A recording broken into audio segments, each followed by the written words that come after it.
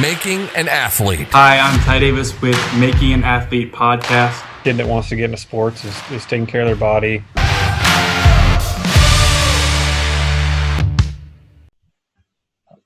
All right, thank you, Sam, for joining us today. Sam, why don't you tell a little bit about your background, where you are now, and what got you to your career and being an athletic trainer? Sure. Sam Gay. I'm originally from Port Angeles, Washington.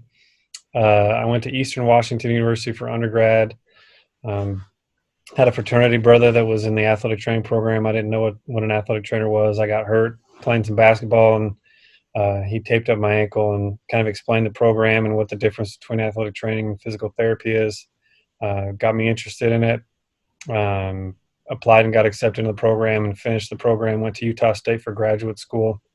I worked track and field, cross country my first year, and football my second year before moving out to the Bay Area. Spent a year as an intern with the 49ers, and then luckily got to meet Ty Davis. My first Division I job at University of the Pacific, where I worked women's volleyball and baseball for 2 years before going back to Utah State to work men's basketball. Spent 3 years there, and then was lucky enough to move back to Washington, and currently the men's basketball athletic trainer at Washington State University, and I also am in charge of men's and women's golf. Been married for almost 9 years and have 3 kids. Keep me real busy, so life is good. All right. Well, thanks for being on Making an Athlete. This is a new approach for us, but kind of a talking to an athletic trainer. We've talked to some coaches so far, even a strength trainer. So want to kind of talk a little bit about the athletic training viewpoint and what you see athletes and what you've seen even at that professional level with the San Francisco 49ers. But first, want to kind of go back to your childhood and sports, and what sports did you play? What was your favorite sport to play, or did you play multiple? And talk about that. Sure.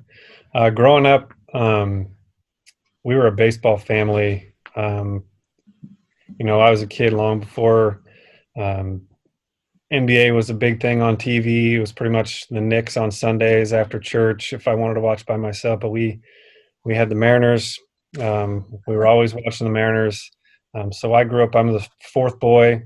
We all played on the same Little League team, not together, but so baseball was the big sport. Did all the summer league all-star stuff.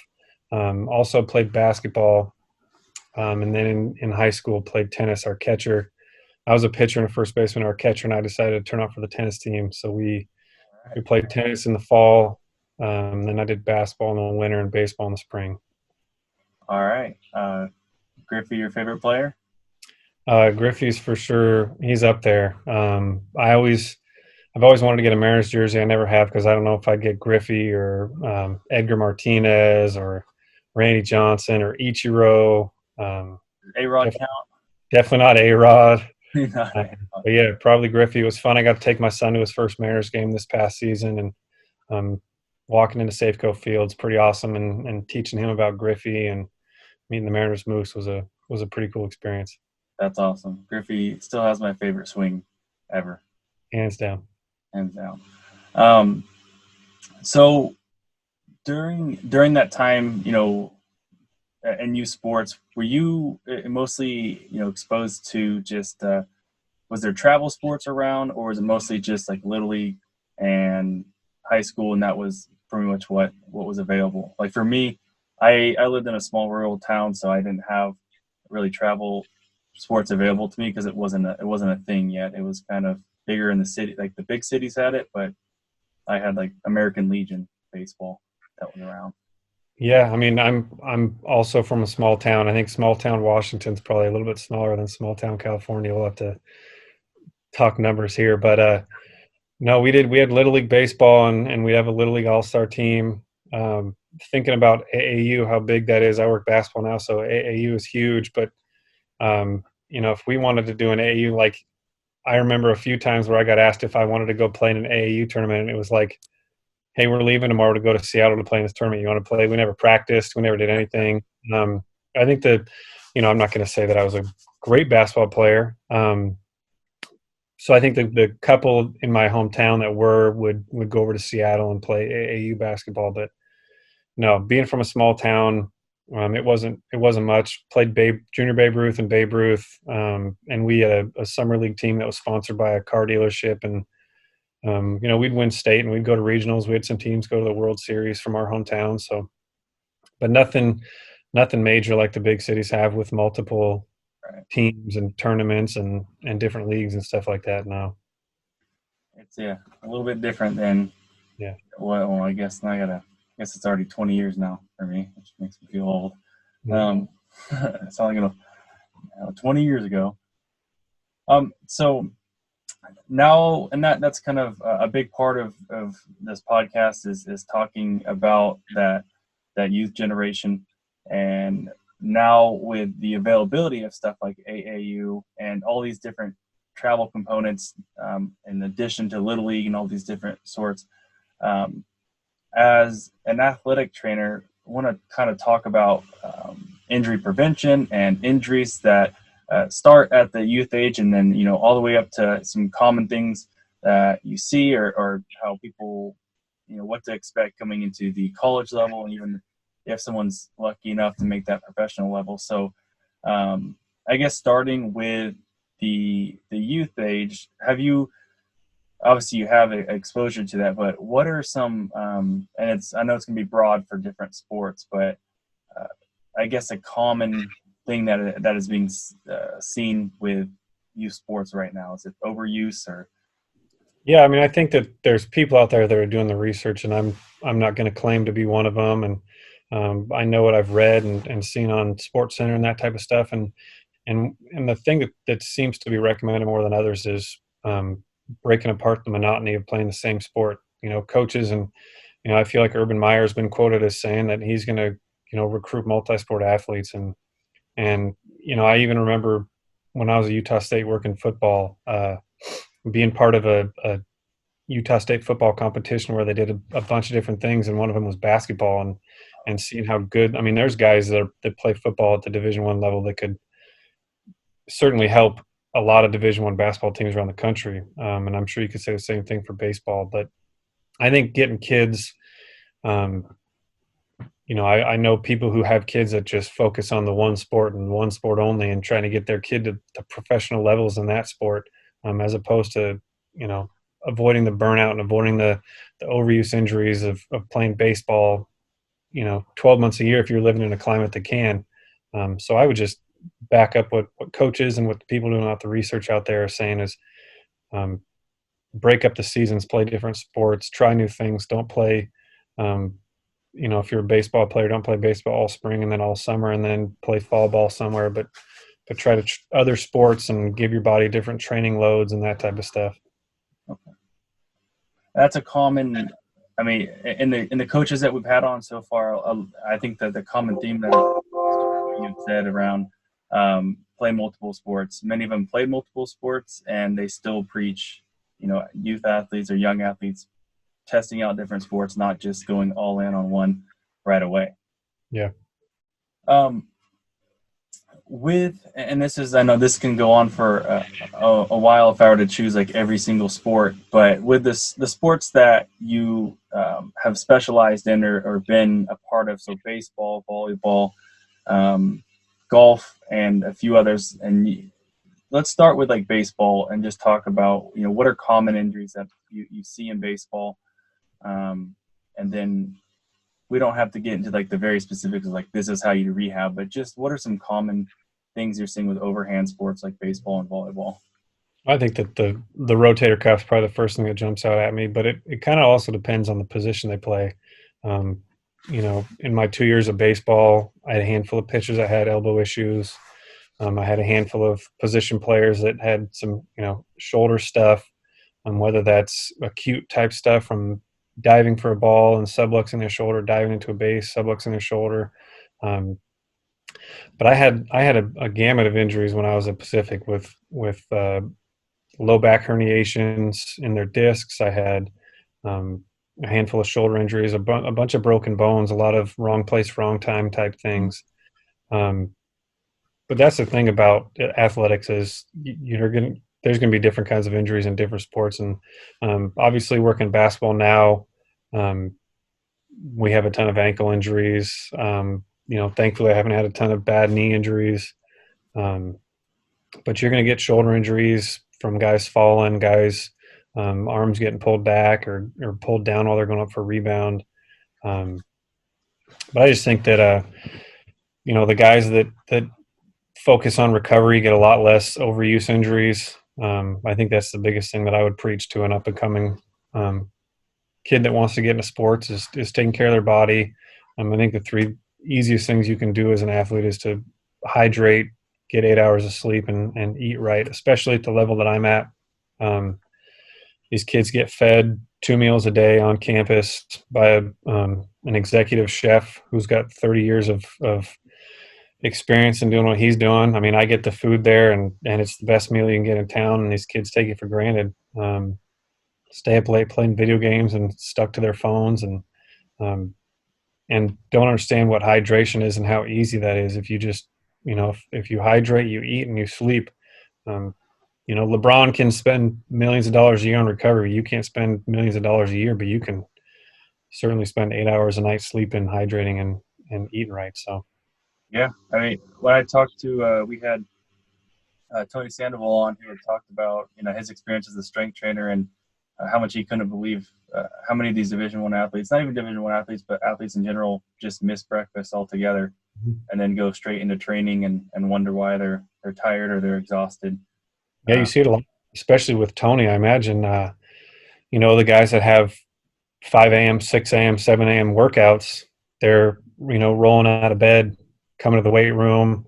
We've got the training, the fueling station in the weight room where they're going to try to pound a bagel and think that that's going to be enough to get them through a 60-minute workout, and it's just not.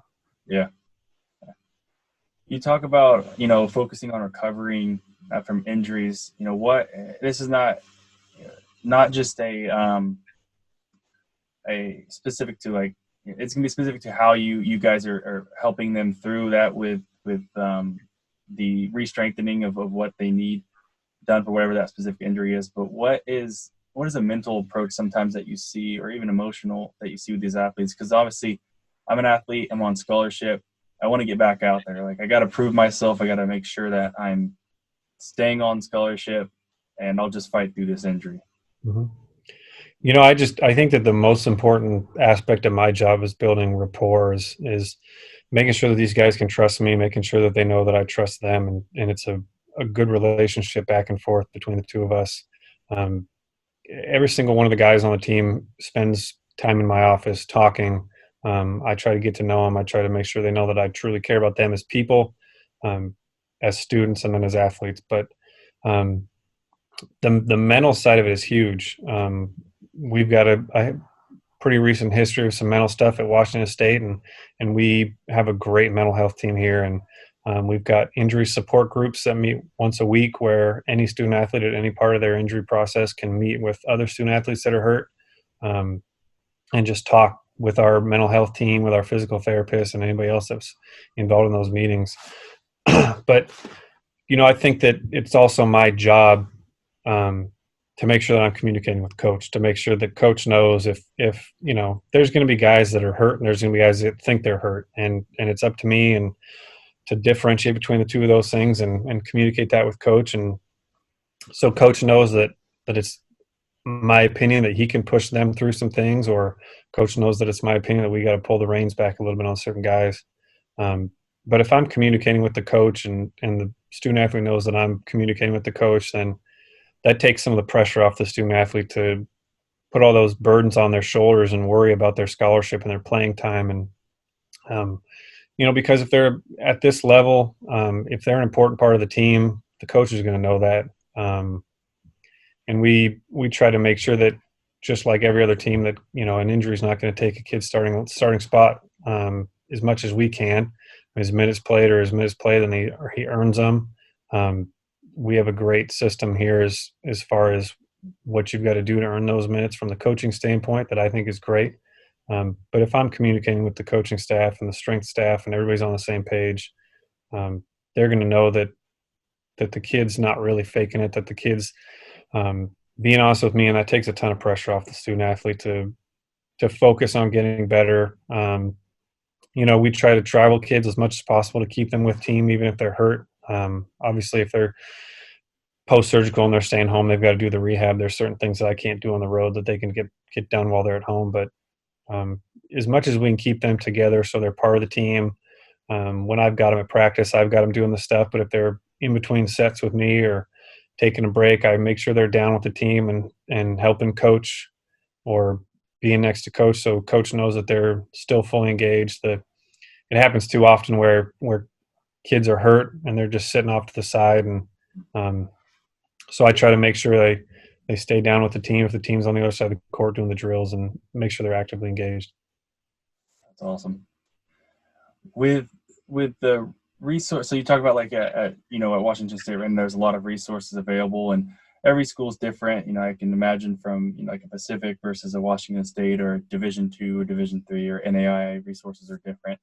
And for a lot of parents and kids, unless you go to a very lucky or very well prepared high school that has an ATC on hand during that process, what is something that parents can look out for or young athletes can look out for as they're playing in lower levels, in terms of if I feel like I have an injury aside from like the obvious of a broken bone or something, but let's just say overuse. What are any of these small, and I know it varies for sports, but at least what are some tell signs that maybe a young athlete is trying to play through an injury just to keep playing? It's tough. It's tough. That's a tough question to answer because so much of it is going to be situationally based, where what part of the body, what sport they're playing, how old is the kid. I don't have a ton of experience with adolescents, with high school age kids. By the time that I become familiar with them, they're usually pretty close to the end of their growth, unless it's coaches' kids that I see from a handful of times. But I would, the one thing that I was thinking of while you were asking that question is the internet and how dangerous the internet can be. Because the first thing mom and dad are going to do is look up, different things that it can be. And sometimes the internet can be pretty dangerous in terms of, and you're going to go down a rabbit hole and you're going to think your kid needs surgery. And yeah, but I think that I'd rather tell a parent or a kid to err on the side of caution. If they've got something going on, a lot of times with, certainly at the level that I'm at, if a kid's got a pain that's there, before practice and after they get warmed up, they don't feel it as much. They don't feel it at all while they're playing, and then it starts to come back. That's typically a tendon issue where there's some type of apathy going on, whether that's tendonitis or tendinosis, to where that area doesn't get a lot of blood supply, so it's going to hurt when they're getting warmed up, and then it's going to feel fine when they're going.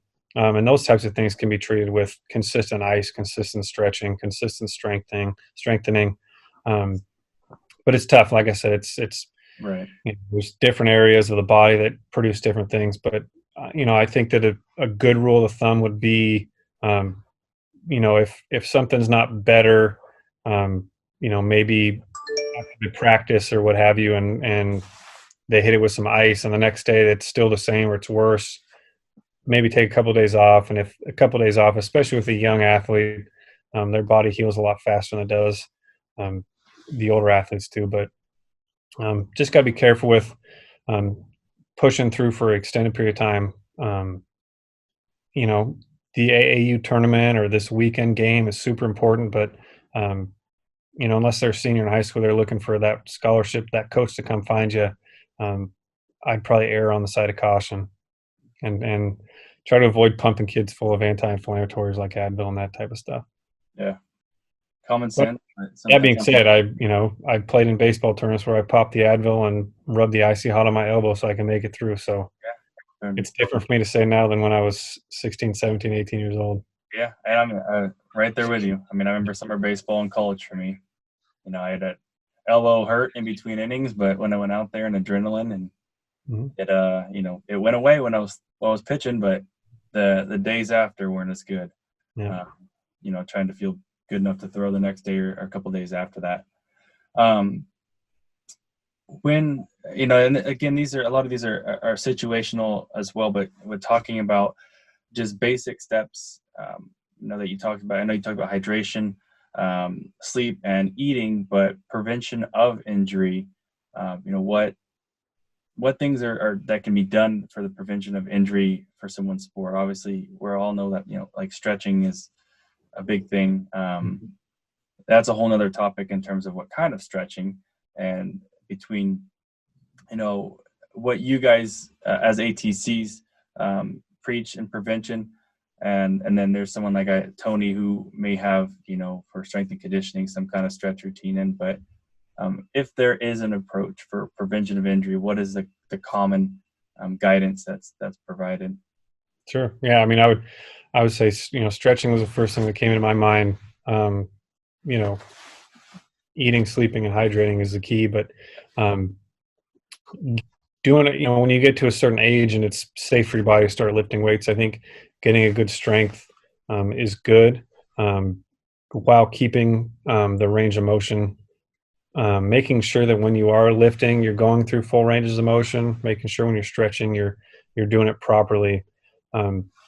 I think one of the best things to do is to make sure you're warm before you do anything. If you're going to go out and play basketball, soccer, baseball, tennis, whatever, make sure that you're not just going to step on the basketball court and start getting into a full pickup game or full practice. Making sure you're warm, you're sweaty, making sure, like I talked about, those tendons that don't get a ton of blood supply, making sure those are getting some heating from the inside out, can kind of help, and make sure your strength ratios are good from hamstrings to quads, to make sure that everything's going in the proper direction and everything's moving properly.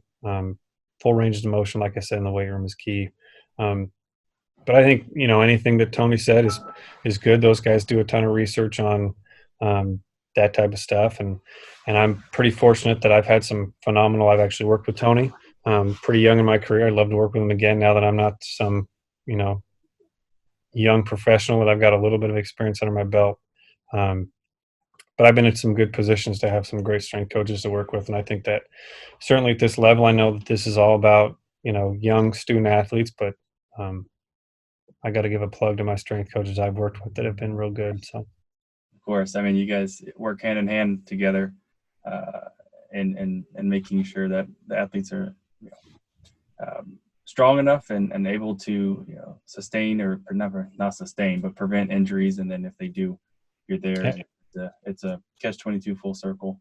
I mean, I think that Tony and the strength staff, that's they do a lot more injury prevention than we do. One thing that I'm seeing at Washington State is it's probably not just here, obviously, but every strength coach, and part of their workout plan is their daily stuff. There's a prehab portion of it. It's super key for a young female soccer player specifically, let's say, doing some ACL prevention stuff, some landing, some jumping, some making sure that our mechanics are right. Just because certain populations are predisposed to injury more than others. So makes sense. Let me read these. We'll edit this part out.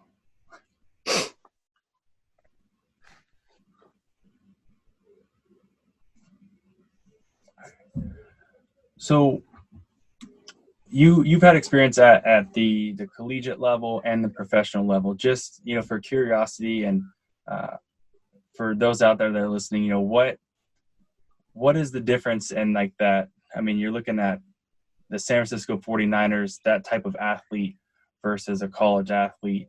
What are the major differences in what made them able to get to that level? Just from doesn't have to be from an ATC view, but in general, what are the differences in what you're seeing with those athletes? Because you watch a lot of games in different sports, so just curious about that.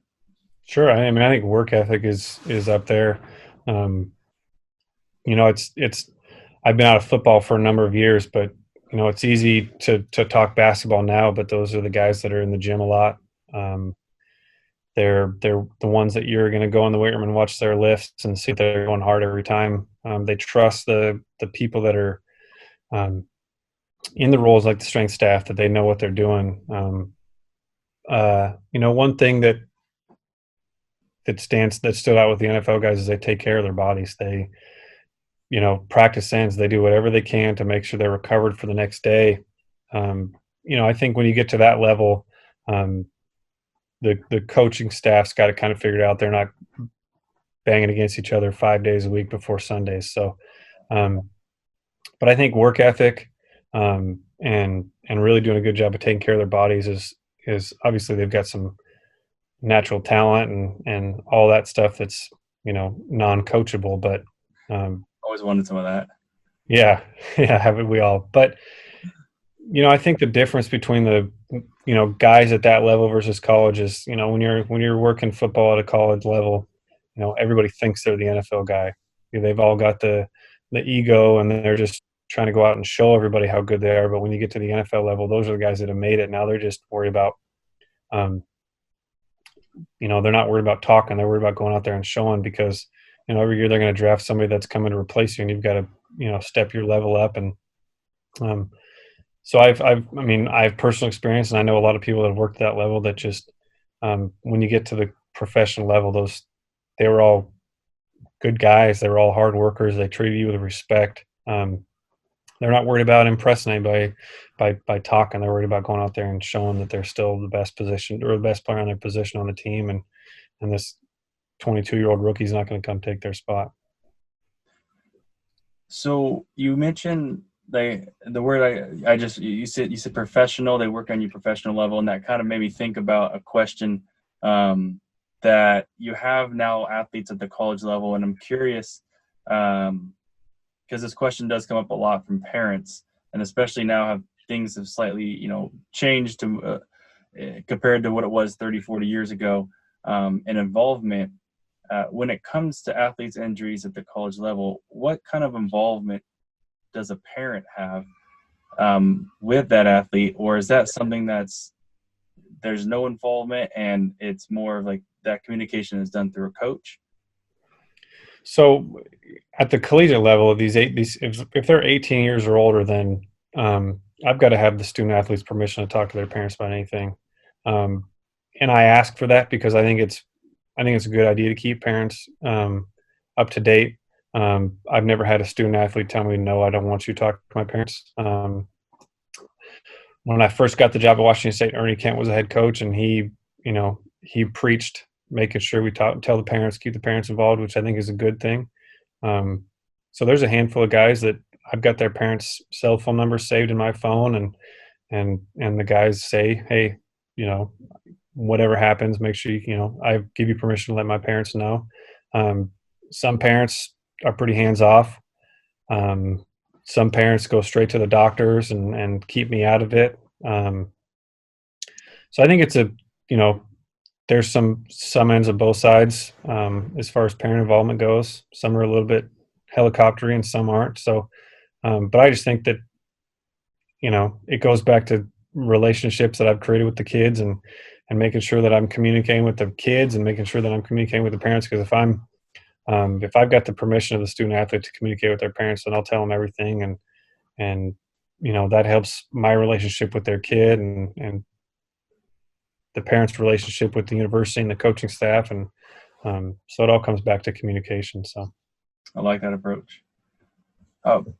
As we're headed into the tail end here, I'm going to have a couple questions I do with everyone. That's just a speed round there. It's more of a fun thing. But before going in that, just kind of want to have a general question of anything I didn't ask or talk about from your perspective as an ATC. What is something that someone should know going into college, about injury or anything that I may not have touched on? About athletic training? Well, it doesn't have to be about athletic training, but about just any like topics that are common topics that I may have not have talked about here, that like, hey, like this is something that we're always asked as ATCs and we have to answer, or anything along those lines. Yeah, I mean, I would just say to communicate, to get to know your athletic trainer. Where I have a different relationship with a student athlete than anybody on campus does. We're with the students from the time they get injured to the time they get back out on the field, and nobody's going to spend as much time with them as we do. So we've got different relationships. I'd argue that I know more about the basketball team here than the strength staff would, or the academics people would. Um, you know, I know a lot about their family, their history, and all that stuff. And I think I think from a self-promoting standpoint, I think that it's a great profession. We're a great resource for the students. I've helped students with their homework. I've helped students with their mental health to the best of my ability. Not everybody wants to talk to a psychologist, but they're comfortable talking to me, and I try to give the best advice I can. I'm an ear when they just need to vent. So yeah, I mean, I think that if you're a young student going to college and there's an athletic trainer, I would certainly tell you to go get to know them. We're great resources. I've I've helped guys with their relationships, given advice. So yeah, I mean, it's being a collegiate athlete is something that I wish I would have done. Wasn't good enough to do it, but I think that it's a pretty great opportunity, and take full advantage of it. But it's not easy. You got to work hard. You're not going to be handed a lot of stuff. So put the time in, put the effort in, and work hard. Yeah, and I'll second what you say in terms of, ATCs for me were clutch, and then I wish I could have one available to me today, for a nice stretching routine, or not stretching routine, but nice arm stretching before going out to type on my computer. You got to teach kids.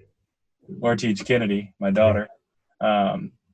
But it was, so important. And when the injuries that I had in college, and building out that relationship with an athletic trainer, you came in when I was doing grad school there, so I never got the luxury of having you as an ATC. But the ones that I did, even at the junior college level, were amazing, and it really did teach me things that I never would have thought of in terms of being prepared to go out.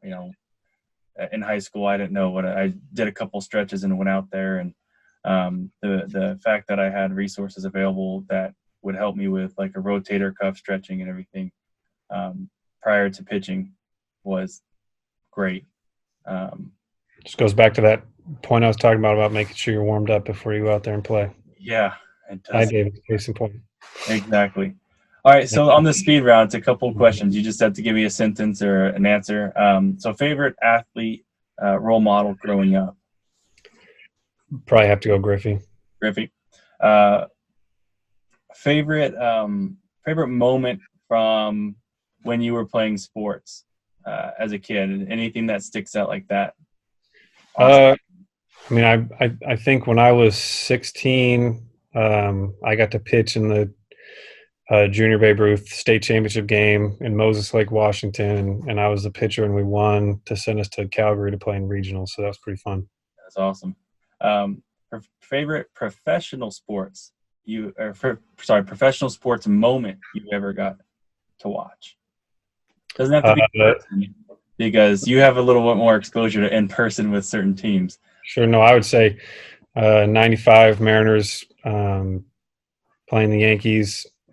Griffey's I think he's on first base. Edgar hits a double down left field line in the Kingdom. Griffey slides home just before the throw. Mariners win.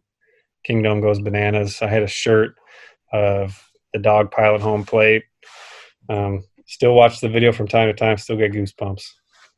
I remember that. I know that video clearly. I don't remember the actual moment, but I know I've seen that video a couple of times, especially with Griffey. The one thing I used to watch was the game that Griffey and his dad hit a home run in. Yep. I always used to watch that on my 95 Windows computer. Yeah.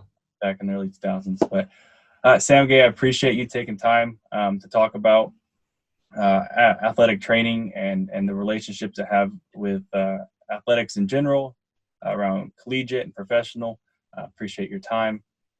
Thank you for coming on, and have a good season next season when it rolls back around, and Fingers crossed. I'll fingers crossed with everything going on right now, but I'll be coming out to the Cal game. Thanks, Ty. Thanks for having me. Thank you for listening to the Making an Athlete podcast. This podcast has been brought to you by our sponsor. Check us out at makinganathlete.com. Subscribe to our podcast on iTunes or on your favorite podcast platform. Be sure to catch our next episode.